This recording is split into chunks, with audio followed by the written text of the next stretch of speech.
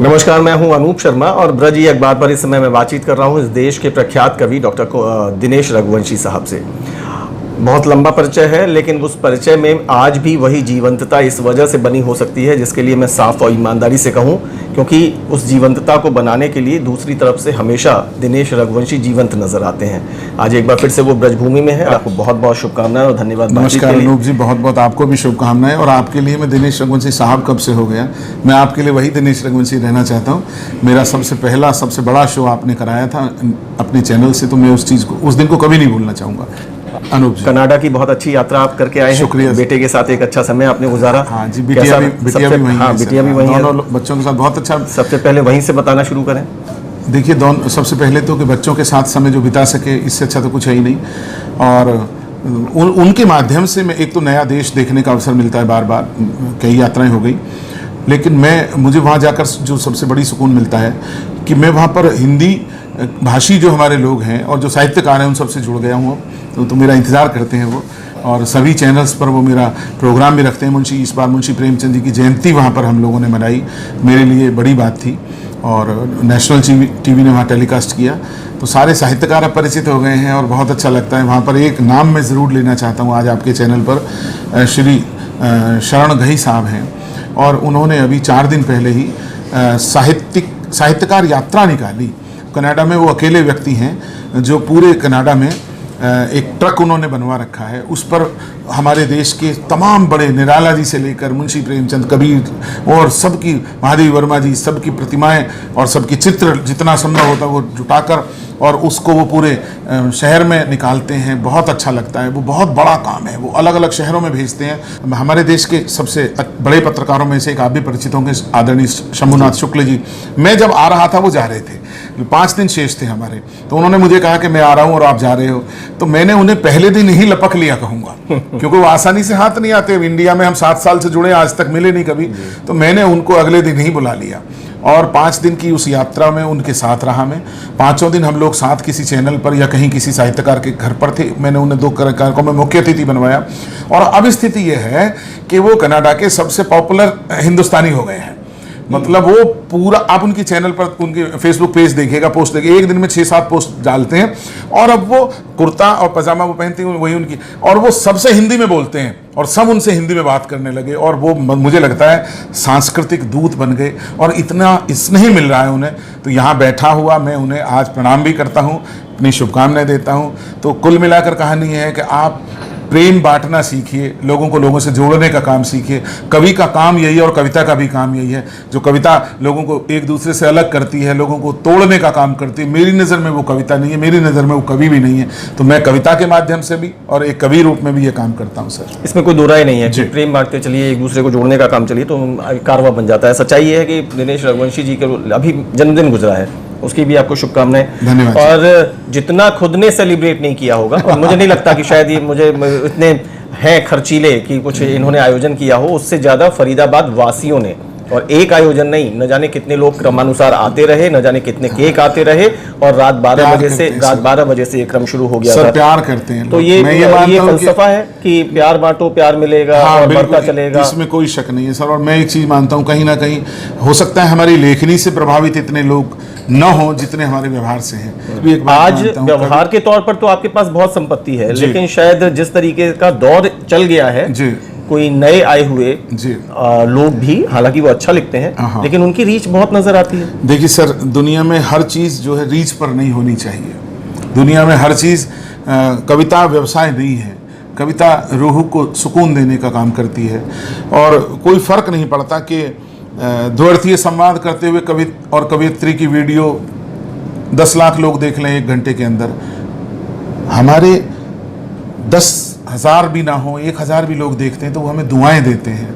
आप हमारी प्रतिक्रियाएं देखिएगा, और किसी से तुलना की बात नहीं है। ऐसे लोगों की प्रतिक्रियाएं देखिएगा जो लोग कविता न समझते हैं लेकिन चीज़ों देखकर क्या लिखते हैं, वो मुझे लगता है शर्म आएगी उन लोगों को कवि होने पर, अपने, और कवित्री होने पर। तो ऐसा कोई फ़र्क नहीं पड़ता किसी की रीच कितनी और किसी, कोई फ़र्क नहीं पड़ता सर। महत्वपूर्ण बात यह है कि आप छोड़ क्या रहे हैं, आप जोड़ क्या रहे हैं, कोई फर्क नहीं पड़ता। ये अलग चीज हो गई, कितना जोड़ लिया। अब रीच की बात ये समझ लीजिए, अब तक 1000 से ज्यादा कवि सम्मेलन तिहाड़ जेल में फ्री कर चुका। भारत कारगिल से लेकर द्रास तक फ्री कर चुका। भारतीय सेना के लिए, आईटीबीपी के लिए, सीआरपीएफ के लिए, दिल्ली पुलिस के लिए, हरियाणा पुलिस के लिए, शहीदों की गाथाएं कविताओं के माध्यम से, उसमें मैं कोई चार्ज नहीं करता कभी भी। तो वो जो सुकून मिलता है उसकी रीच कितनी है वो तो मेरा मन जानता है ना सर। कुल मेरे लिए मथुरा तो मेरे बहुत अच्छा लगता है सर, जहाँ पर आप हैं, जहाँ पवन चतुर्वेदी भैया बैठे हैं, और बहुत स्नेह मिलता है। ये धरती तो अभी मेरे एक साथी आपका साक्षात्कार कर रहे थे, तो वो कह रहे थे कि क्या अच्छा और वहाँ अब तक की सबसे अच्छी, तो आपने बड़ी सहजता से कह दिया कि शायद अभी लिख नहीं पाया हूँ। हाँ, मैं सच बोल रहा हूँ। तो वो यात्रा निरंतर जारी है, अभी भी कुछ और अच्छा ही लिखना है। देखिए, ये मैं एक चीज़ बता दूँ, एक छोटा सा एक उदाहरण देना चाहता हूँ। कविता में आप बहुत बड़े साहित्यकार हैं, स्वयं भी आप, मैं जानता हूँ। कविता एक दिन का काम नहीं है, कविता एक प्रोसेस है। यदि आप कविता में डूबे हुए हैं तो कविता कहीं से भी निकल आएगी। मेरी वाइफ अभी गांव गए, मेरे पिताजी की हमने समाधि पर जल चढ़ाया, और जो प्रसाद वगैरह होता है चढ़ाकर अर्पित करके उसे हम निकले वहाँ से। तो सामने एक खेत में काम कर रहा था एक व्यक्ति, तो मैंने उसे आवाज़ दी कि भाई साहब प्रसाद ले लीजिए। मैंने उनका नाम पुकारा, सतपाल जी प्रसाद ले लीजिए। तो वो आए, झिझकते हुए से तो आए, वो दूर से खेती में लगे हुए थे, गन्ने की फसल को अपनी बुग्गी में डाल रहे थे वो। तो वो जब चले गए प्रसाद लेकर, पूछा उन्होंने कैसे, मैंने कहा ठीक हूँ मैं, आप ठीक हो? तो वाइफ मेरी पूछने लगी, वो चले गए तब, कि आप कैसे जानते हो इन्हें? मैं बोला ये मेरे साथ 5वीं क्लास तक पढ़ते थे और हमारी क्लास के 5 साल मॉनिटर यही थे। तो बोली कि ये बूढ़ा आदमी।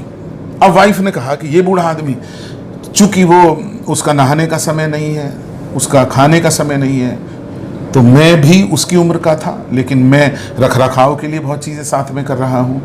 ये बात मुझे कहीं आ गई। कविता ने एक चीज़ सिखाई है, कभी भी किसी को छोटा मत करिए। कविता कभी ये नहीं कहती आप अपनी महानता तो प्रदर्शित करिए, अपने लिए कुछ भी लिखिए, लेकिन किसी को दूसरे को छोटा लिखने का हक नहीं है आपको। ये बहुत बारीक चीज़ है। मैं साहित्यकारों को, नए लोगों को, नए कवियों को ये बात कहना चाहता हूँ, अहम नहीं होना चाहिए लेखक को, कवि को, अपनी भाषा में भी और अपने शब्दों में भी। तो मैं ये जब मेरे मन में बात आई तो मैंने उसको 3 अंतरों में ढाल दिया। एक छोटा सा गीत तहत में सुना देता हूँ और आप उसमें सारी चीज़ें देख लीजिए। पहला अंत मैंने कहा कि गाँव में बचपन का सहपाठी मिला, वक्त से पहले ही बूढ़ा हो गया है। गाँव में बचपन का सहपाठी मिला, वक्त से पहले ही बूढ़ा हो चला है। ये मुखड़ा था पहला अंतरा।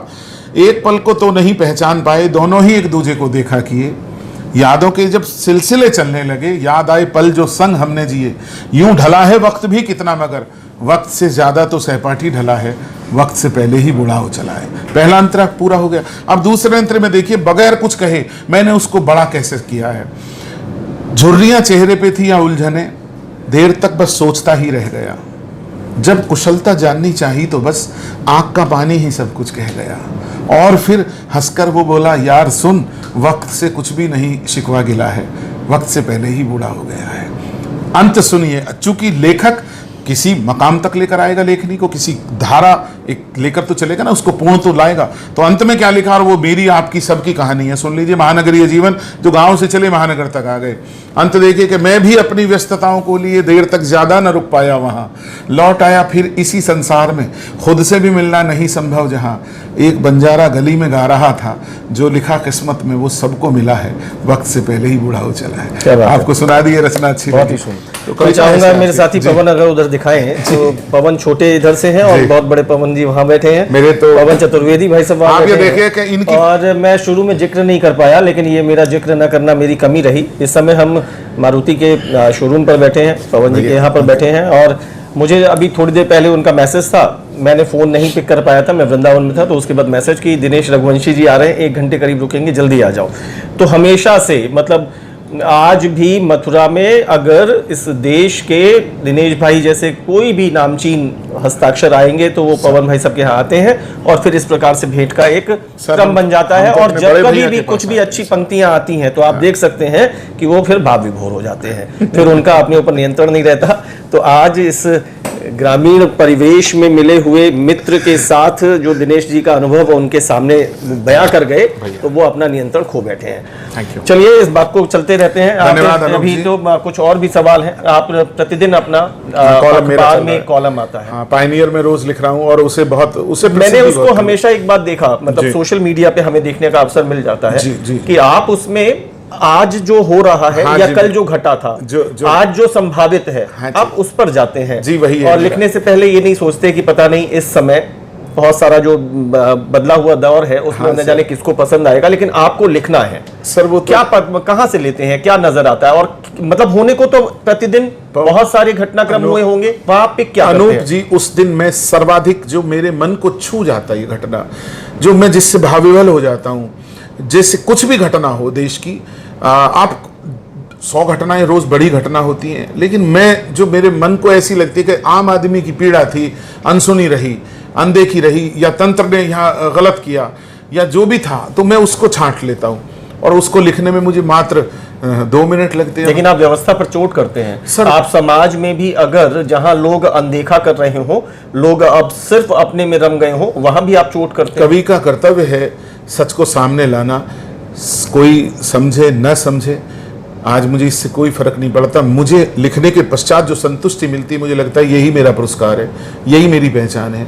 आज देश में पिछले 14 बरस हो गए रोज लिखते हुए, मैं मंच पर भी प्रस्तुतिकरण में कई मुक्तक पढ़ता हूं, तो मुझे मालूम है कि तालियां किस तरह से जो बड़े लोगों को मिलती हैं, शायद तालियां मेरे को भी ऐसी ही मिलती हैं। तो मुझे लगता है कहीं ना कहीं लोग लिख नहीं पाए हैं, लेकिन लोग सुनना तो चाहते हैं। सच को स्वीकार करने की हिम्मत है अभी दर्शकों में, श्रोताओं में, और जिस दिन ये हिम्मत बंद हो जाएगी उस दिन हमारी कलम का हौसला भी टूट जाएगा, ये तय है। एकदम देखते देखते कुछ परिवर्तन भी आए होंगे। आपकी यात्रा बहुत लंबी हो गई। जी, हम हाँ। आपके कभी कभी ये सोशल मीडिया का दौर है तो आपके हम बड़े खूबसूरत नौजवानी के चित्र भी देख लेते हैं। तो उस समय के दिनेश रघुवंशी साहब चमकते आप आज बहुत तक ही- भी ऐसे ही लगे हुए हो। अरे, सब आपकी जी, शुभकामनाएं जी। हैं। लेकिन अब आपको लगता है कि हालांकि आपके अंदर ये आदत मैंने देखी है और इवन अभी अभी आप बोल के चुके हैं कि खुद को बड़ा बनाने के लिए किसी को छोटा ना करिए, बस। लेकिन जहां आपको लगता है कि मैं जिस समूह से आता हूं उस समूह में मेरी जिम्मेदारियां हैं और अब जिस तरीके से आपका उम्र और अनुभव बढ़ा है,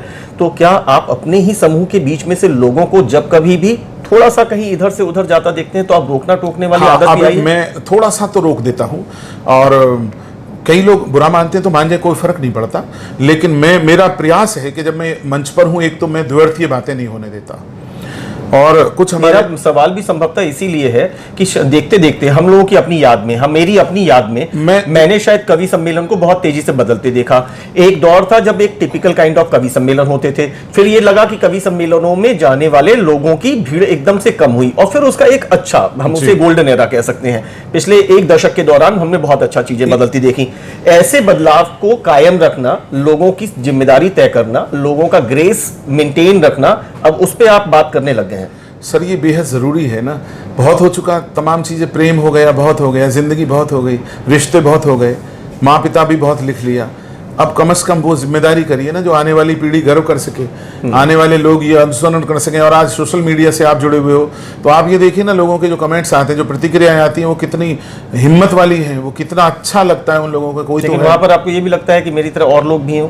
लोग कहने से थोड़ा संकोच सर, करते होना हैं। तो चाहिए, लेकिन अब लोग पद प्रतिष्ठा, लालच हो गए, लोगों को पुरस्कार की लालच हो गई, प्रोग्राम्स की, कवि को कवि सम्मेलन का लालच हो गया। कविता लिखने वाले कवि को कवि सम्मेलन का लालच नहीं होना चाहिए, उसे कविता का लालच तो होना चाहिए। बस ये है। अब वो मांगता भी ईश्वर से यही कि मुझे कवि सम्मेलन खूब मिले, मुझे यश मिले। कविता नहीं मांगता माँ सरस्वती से कि मैं साहित्य के क्षेत्र से है तो कला भी कहीं आपसे अछूती नहीं है। अभी अगर मैं उस कला को बॉलीवुड की तरफ ले जाऊं जी, तो एक नया सेगमेंट, एक नई परिपाटी जन्म ले गई है जी, बाइकॉट की। अब बिल्कुल सीधे गलत सीधे है। बाइकॉट होने लग गए हैं। नहीं, ये गलत है सर। दिनेश रघुवंशी का समर्थन कर दो, अनूप शर्मा का बाइकॉट कर दो, पवन चतुर्वेदी जी का समर्थन कर दो, पवन शर्मा का ये बाइकॉट कर दो। बिल्कुल गलत है, और इस वक्त देश में जो चल रहा है ये बिल्कुल गलत है। मेरे 2 कतार सुन लीजिए, शायद आपको अपने सवाल का जवाब मिले और शायद एक रोशनी भी डाल सकने में मैं कामयाब हुआ हूँ। पूरा देश अमृत महोत्सव मना रहा है, मैंने बहुत लिखा अमृत महोत्सव पर। मेरे 2 कतार सुन लीजिए कि पहला है मेरा कथा कि उजाले ढूंढ कर लाओ, बहुत गहरा अंधेरा है, अहम ने आदमियत को बुरी तरह से घेरा है, भुला सब भेद आपस के, तिरंगे की कसम तुझको, वतन जितना ये मेरा है वतन उतना ही तेरा है। एक तो ये भाव जगना जरूरी है। और मैं राजनीति पर एक बात कहना चाहता हूं कि उजाले ढूंढ कर लाओ, बहुत गहरा अंधेरा है। एक मुक्तक मैंने कहा था कि धुआं नफरत का उठता है, कहीं इंसान मरता है, कहीं पर राम मरता है, कहीं रहमान मरता है। सहारा धर्म का लेकर वतन को फूंकने वालों, तुम्हें यह क्या पता हर बार हिंदुस्तान मरता है। आज किसान की बात करके आप देशद्रोही साबित किए जा रहे हैं। मेरे कहने पर आप जब चले जाइए, मैं 4 मिसरे बोलता हूं। मैंने लिखा, किसानों की तबाही पर मुनाफाखोर पनपे हैं, जमाखोरी जो करते हैं वो चारों ओर पनपे हैं। हुए आज़ाद हम जब से हमारे देश में, तब से सियासी लोग पनपे हैं या केवल चोर पनपे हैं। कहते हैं किसान की हालत ये डबल कर देंगे इनकम। किसान की बैलेंस दिलवा दीजिए ना। किसान ने जो 4 साल पहले जो गन्ना डाल रखा था चीनी मिलों में, वो पैसा नहीं दिलवा पाए आप लोग, तो कौन जिम्मेदार है इसके लिए सर? कहीं तो सोचना पड़ेगा ना। चश्मे बदलने होंगे कवि को, लेखक को। जिस देश का बुद्धिजीवी चिंतन नहीं करेगा, जिस देश का कवि सही नहीं लिखेगा, जिस देश का आम आदमी लब सिल लेगा, तो याद रखिएगा वो भी उतना ही हकदार है, फिर उसको वो भी सहेगा कल को। नहीं, आज आपको लगता है कि जिन लोगों को मुखर होकर बोलना चाहिए, जिन लोगों को वास्तव में जो बोलना चाहिए, हाँ सर, वो उन पर वो कहीं चुप हो रहे हैं। ये वो अच्छा, तो कहता हूं उसके पीछे उनका कोई स्वार्थ है, हित है, लाभ है या क्या है? कोई वातावरण बना है सर? कोई स्वार्थ नहीं है तो नहीं, स्वार्थ है सबके स्वार्थ है सब। मैं तो आश्चर्य करता हूं, दिल्ली में कवि सम्मेलन कर रहे हैं कवि, अरविंद केजरीवाल जी की चापलूसी कर रहे हैं। दिल्ली से बाहर निकलते ही हमने एक आइटम को बिठा दिया, हमने एक नमूने को बिठा दिया, अरविंद केजरीवाल को गाली दे रहे हैं। अरे आपके अंदर हिम्मत है तो अरविंद केजरीवाल के सामने बोलो ना आप जाकर। आप जिसके हिम्मत है, आपके भीतर यदि सच है तो वही बात वहीं कहिए ना जाकर। आपके भीतर हिम्मत है तो। किसी को कुछ लालच है, किसी को पद्मश्री का लालच है, किसी को क्या बोलूं मैं। ये परिपाटी अभी भी चल रही है, ये हमेशा चलेगी सर। साहित्यकार भी तो समाज का एक चेहरा ही होता है। समाज में गिरावट है तो साहित्य में गिरावट नहीं आएगी क्या? चलिए, आपसे अगर बातें करेंगे तो शायद अभी पता नहीं कितनी समय हो जाए, फिर किसी दिन। लेकिन मुझे बस जल्दी से मैंने शुरुआत, चूंकि कि अब पहले जैसे कहते हैं ना, कच्चे मन पे कोई अगर बात रह जाए तो वो हमेशा अंकित रह आती है। तो हमने तो, मैं भी इसका भी जिक्र यहाँ पर बहुत जल्दी से कर दूं। मैं पवन भाई साहब की तरफ मेरे को आप दिखाएं कि अचानक एक दिन का बात था, मैं आपको बताता हुआ चलूँ। और पवन भाई साहब का अचानक फोन आया, क्या कर रहे हो? मैंने कहा साहब कुछ ना कुछ कर ही रहा हूँ। बोले चलो थोड़ा समय निकालो। मैंने ठीक है। तो उसके बाद पवन भाई साहब आए और गाड़ी लेके, और अजय सिंह भाई साहब जो वकील साहब है, इन दोनों ने मुझे ले लिया और हम लोग रास्ते में शत्रुघ्न बाबा के हाथ का बना हुआ बहुत अच्छा प्रसाद खाते खवाते फरीदाबाद पहुंच गए। तो फरीदाबाद में हम दिनेश रघुवंशी साहब के घर पहुंचे और ये मेरे लिए अप्रत्याशित था, मुझे पता भी नहीं था कि हम कहाँ जा रहे हैं। और वहाँ वास्तव में क्या जबरदस्त मेजबानी, और वो मेजबानी में मुझे 56 भोग भले ही ना मिले हो, लेकिन जो अपनापन, मतलब अपने घर का, उस समय उन्होंने नया फ्लैट लिया था एक नई सोसाइटी में, एक एक कोना दिखवाना कि देखिए पवन भैया ये कैसा है, देखिए अनूप ये कैसा है। एक लाइब्रेरी उस समय उन्होंने बनाई थी, उसे देख करके ये लगा कि हे भगवान, कितना अकूत संपत्ति इनके पास है। वो लाइब्रेरी जस्ट की तरफ तो और विस्तार हो गया होगा। बहुत हो गई। और अब हम अभी पुलिस, हमारे यहाँ सेक्टर 30 में पुलिस लाइन है, वहाँ एक लाइब्रेरी बनाई है हमने। हमारे तत्कालीन police commissioner doctor Hanif Qureshi ji, वो पुस्तक प्रेमी हैं बहुत बड़े, तो हमने उनके साथ मिलकर एक लाइब्रेरी बनाई और मैं अपने पास से लगभग 1000 पुस्तकें उसमें देकर आया। और 2-3 लाइब्रेरीज में, और मैंने बदरपुर में आम्रपाली कल्चरल सोसाइटी है, बहुत बड़ा काम करते हैं, उनके यहाँ भी एक बार मैंने 200 और 500 700 पुस्तकें दे चुका। और अब मेरा अगला लक्ष्य, मैं अपने गाँव में, जहाँ से मैं ताल्लुक रखता हूँ, जहाँ से मेरा जन्म हुआ, जिस गाँव में, उस गाँव में एक लाइब्रेरी स्थापित करूंगा और मेरा लक्ष्य है कि मैं अगले वर्ष तक उसे कर दूंगा। हाँ, गाँव में प्यार करते हैं लोग सर। तो मैंने कहा कि मैंने शुरुआत में जो चीज मिल जाती है वो अंकित हो जाती है। तो हमने शुरू में ही आपसे माँ और पिता पर, बाबा पर और अम्मा पर बहुत सारे मुक्तक सुने। बस जल्दी इस समय, मतलब जल्दी क्या, आपसे तो मैं कितना भी सुनता रहूं, लेकिन आपके पास समय अभाव है। लेकिन आपका इस समय जो मन आ रहा हो, तो माँ को समर्पित करते हुए, पिता को समर्पित करते हुए। एक मुक्तक मैं पवन भैया को समर्पित करता हूँ, क्योंकि मैंने इनको अपने पिता की, माँ की सेवा करते हुए ऐसे देखा, इस दुनिया में कोई मिसाल नहीं है। और इतना इनके संतति को देखा, इनका आदर करते हुए। तो मैं एक मुक्तक भैया को भेंट करना चाहता हूँ। सितम हर आदमी पर उम्र तो एक रोज ढाएगी, उससे बीते हुए लम्हों की अक्सर याद आएगी। मुझे मेरे पिताजी ने सिखाया दुख में भी हंसना, मेरी औलाद भी एक दिन मुझे जीना सिखाएगी। क्या बात है, यही भाव बने रहे। क्या बात है। थैंक यू भैया। चलिए, बहुत बहुत शुक्रिया एक बार, बहुत अच्छा लगा। फिर आइए किसी दिन। 56 भोग तो नहीं है सुदामा की कुटिया पर, लेकिन जो भी कुछ है वो सब आपका अपना, तो 56 भोग से कई गुना बहुत अधिक है। बहुत बहुत शुक्रिया हमारे लिए समय निकालने। नमस्कार सर। तो इस प्रकार हमारे साथ रहे इस देश के बहुत ही बहुत ही विख्यात, बहुत ही उम्दा, बहुत ही शानदार कवि डॉक्टर दिनेश रघुवंशी जी बहुत सहज तौर पर अपनी कविताएं लिखते हैं और इतनी सहज होती हैं कि जिन्हें सुनने के बाद आप उस सहजता से उसे स्वीकार कर लेते हैं। न सिर्फ स्वीकार करते हैं बल्कि प्रशंसा करते हैं, और प्रशंसा करने पर आप अपने संग इंसाफ करते हैं, उनकी कविताओं के संग इंसाफ नहीं करते। आप उस प्रशंसा से उस कविता के साथ नहीं बल्कि अपने साथ इंसाफ करते हैं, क्योंकि आपको कुछ अच्छा सुनने को मिल गया है। एक सबसे अच्छी बात यह है कि डॉक्टर दिनेश रघुवंशी साहब आज भी साहित्य की सेवा करते करते समाज में उनके लिए जो उत्तरदायित्व है, क्योंकि उनके नाम के आगे कवि लिख गया है, और अगर उनके नाम के आगे कवि लिखा है तो सामाजिक उत्तरदायित्वों को अपनी लेखनी के माध्यम से, अपने शब्दों के माध्यम से, अपनी भावनाओं के माध्यम से व्यक्त करने से हिचकते नहीं हैं। आज कई बार इस प्रकार की फुसफुसाहटें शोर बनती नजर आती हैं कि शायद इस देश में दौर कुछ और चल गया है। बहुत से लोग ऐसा कहते हैं और सुनते देखे जाते हैं कि अभी भी अब बोलने पे या तो लोग आशंकित और सशंकित हैं, या बोलने पर कहीं से दृश्य या अदृश्य अंकुश लग रहे हैं। लेकिन ऐसे में तारीफ करनी होगी कि डॉक्टर दिनेश रघुवंशी मुखर होकर के बोलते हैं, मुखर होकर के लिखते हैं, आज के मुद्दों पर बहुत बेबाकी से बातचीत करते हैं, और उम्मीद की जानी चाहिए कि उनकी ये ऊर्जा, उनकी ये चेतना लगातार बनी रहे और अच्छी अच्छी कविताएं हम तक पहुँचे, और सामाजिक सरोकार जो हमारे आपसे ही जुड़े हुए हैं उन पर भी वो अपनी सभी भूमिका निभाते रहें। ये थी हमारी खास बातचीत डॉक्टर दिनेश रघुवंशी जी से। इसी तरीके की खबरों को देखने के लिए हमारे साथ जुड़े रहिए। मुझे मेरे साथी पवन शर्मा के साथ इजाज़त दीजिए। बहुत बहुत शुक्रिया। नमस्कार।